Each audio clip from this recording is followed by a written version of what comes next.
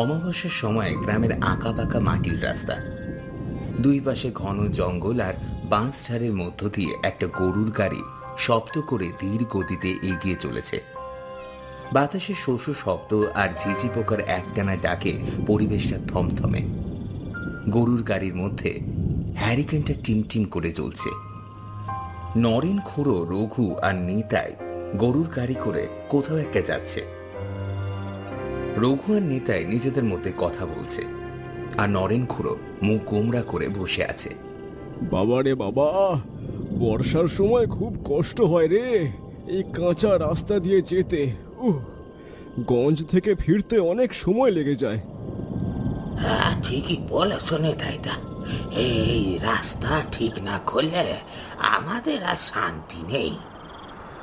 হ্যাঁ হ্যাঁ, যত দ্রুত সম্ভব এই রাস্তা ঠিক করতে হবে। রাতের বেলা এই রাস্তাতে যাওয়া খুব কষ্টকর হয়ে যায় রে। আবার চারিদিকে কেমন ঘুটঘুটে অন্ধকার। দূর দূর দূর, বেশ ভয়ও লাগে। হ্যাঁ, দেখি গ্রামের সবাই মিলে এই রাস্তাটা পাকা করার ব্যবস্থা করব।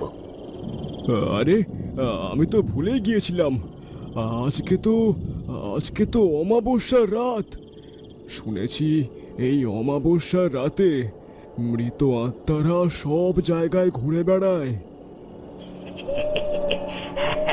দূর, ও সব আদিমকালের গপ্প শোনাইও না তো নেতাইদা। মরা মানুষ আবার ফিরে আসে নাকি? সব আন্দাজে গপ্প।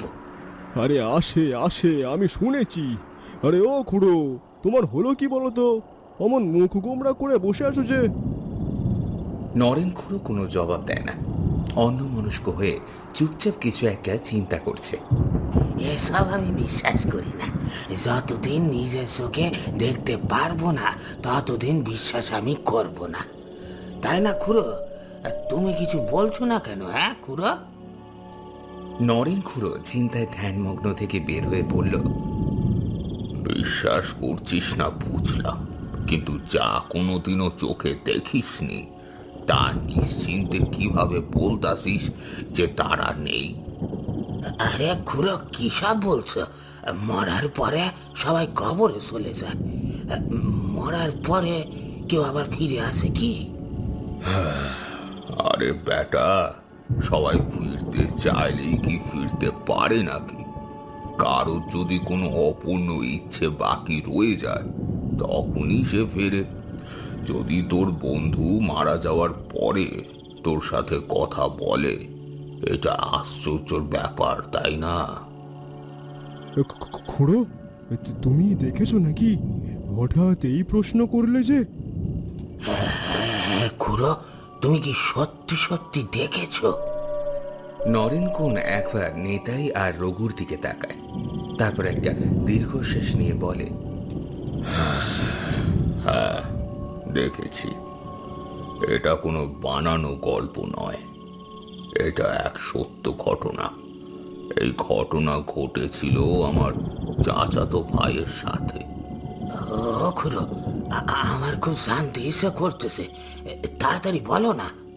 আমার বয়স যখন 25 বছর, আমার চাচাতো ভাই ফিরোজের সাথে এক দুর্ঘটনা ঘটে যায়। ফিরোজের সব থেকে কাছের বন্ধু ছিল রমেশ।